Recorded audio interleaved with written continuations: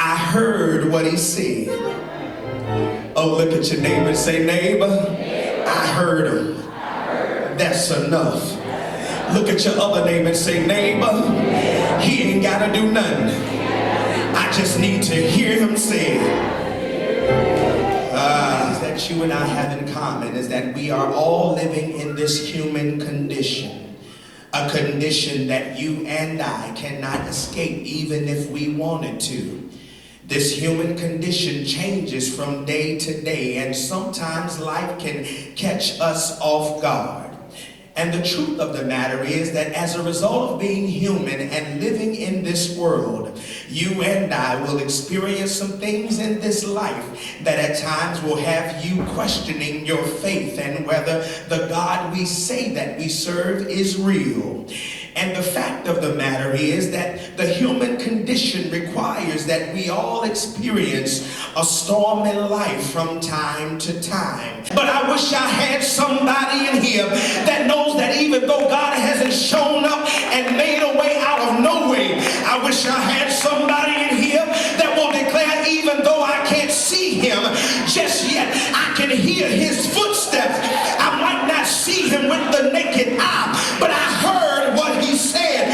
You might be losing your house, but I heard him say that he shall supply every one of your needs according to his riches and glory. You might be experiencing sickness, but I heard him say that by his stripes we are healed. Your marriage might be on the rocks and you might be headed for divorce, but I heard him say that what I have joined together, let no man put asunder. Death might have broken the chain in your family, but I heard him say that to be absent from the body is to be present with the Lord. You ought to grab your neighbor by the hand and say, neighbor, I don't have to see it. Shake your other neighbor and say, neighbor, I just have to hear God say it, because faith comes by hearing and hearing by the word of God. Even if he ain't moved yet, you ought to look at your neighbor and say, neighbor, I heard what he said. In this text, we find that there's this man and his son is sick.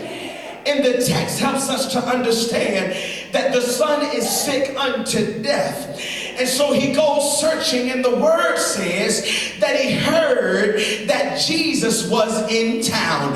Right there, that should have struck a chord in somebody, because there's somebody sitting right next to you right now, and Jesus has been on their porch. And if Jesus has been on their porch, how many of y'all know that if he's blessed them, he'll bless you too? You want to learn how to celebrate when God is blessing the person next to you, because if I can bless him for somebody else's breakthrough, my breakthrough is on. So we have this man and his son is sick, and so he hears that Jesus is in town, and so he makes his way to Jesus and he begins to dialogue with him. And the first thing he says is, Jesus, I need you because my son is sick, so will you please come home with me so that you can heal my son? Now Jesus' response, y'all, it made me seem kind of like he was leaving the brother out, because he says, how long do I have to show you stuff? Do you have to see it in order to believe that I'm able? He says in the text, he says, will you never believe in me unless you see miraculous signs? See, right there, some of y'all still missed it. The reason why you don't understand who God is and what he's capable of is because you're looking for a sign. How many of y'all know that even when you don't see a sign, if he spoke it, it's gonna happen? I wish I had somebody in here that's ever called on God. He might not have came next day, but when you called on him, what you needed him to do, he moved.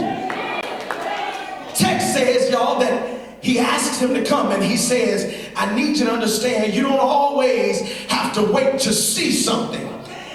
Part of the problem with many of us Christians is we got to see stuff first before we'll believe it. But how many of y'all know that we walk by faith and not by sight? And so if I walk by faith, if I just hear God say it, I ain't got to see him do it. Because if he said it, how many of y'all will declare that he shall do what he said he's going to do?